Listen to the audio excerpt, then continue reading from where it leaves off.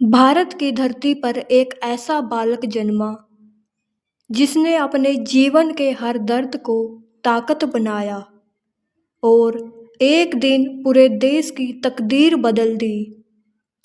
यह कहानी है भीमराव रामजी अंबेडकर की। 14 अप्रैल 1891 महू में एक छोटे से घर में भीमराव का जन्म हुआ।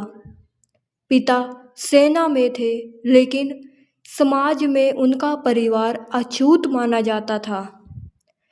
छोटे भीमराव बहुत होशियार थे। उन्हें पढ़ने का बहुत शौक था, लेकिन स्कूल में उनके साथ भेदभाव होता था। एक दिन स्कूल में शिक्षक, तुम वहाँ पीछे बैठो और किसी चीज को हाथ मत लगाना। भीमराव ने धीरे से कहा, सर, मैं बाकी बच्चों की तरह पढ़ना चाहता हूँ। लेकिन उनकी बात कोई नहीं सुनता था। प्यास लगती तो खुद पानी नहीं पी सकते थे। कोई ऊंची जाति का बच्चा पानी पिलाए तभी पी सकते थे। इतनी परेशानियों के बावजूद भीमराव ने हार नहीं मानी।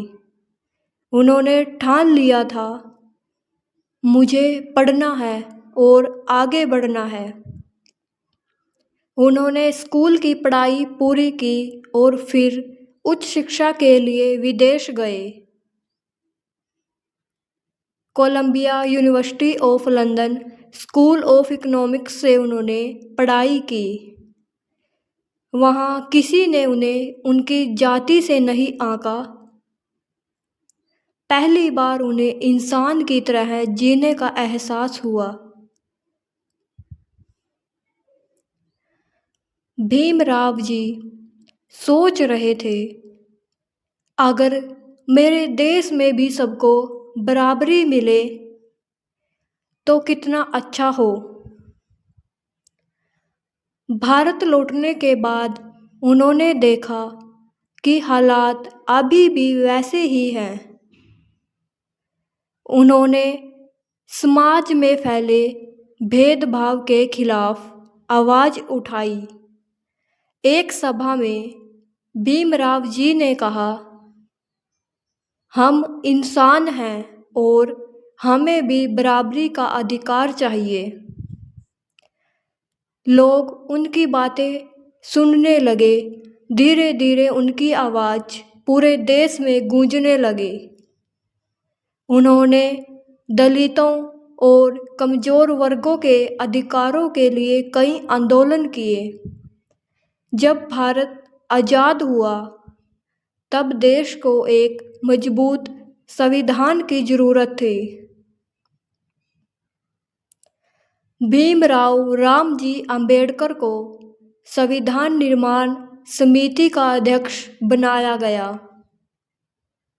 दिन रात मेहनत करके उन्होंने एक ऐसा संविधान बनाया जिसमें हर नागरिक को बराबरी का अधिकार मिला। संविधान सभा में भीमराव जी ने कहा, इस देश में कोई ऊंचा नीचा नहीं होगा, सबको समान अधिकार मिलेगा। 26 जनवरी 1950 को भारत का संविधान लागू हुआ। डॉक्टर अंबेडकर जी हमेशा कहते थे, शिक्षित बनो, संगठित रहो, संघर्ष करो। उन्होंने अपना पूरा जीवन दूसरों के अधिकारों के लिए समर्पित कर दिया।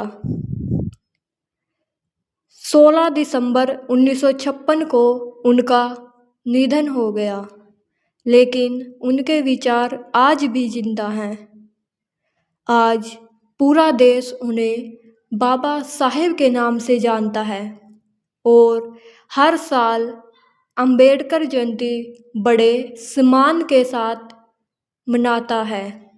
हालात कितने भी कठिन क्यों ना हो, अगर इरादे मजबूत हों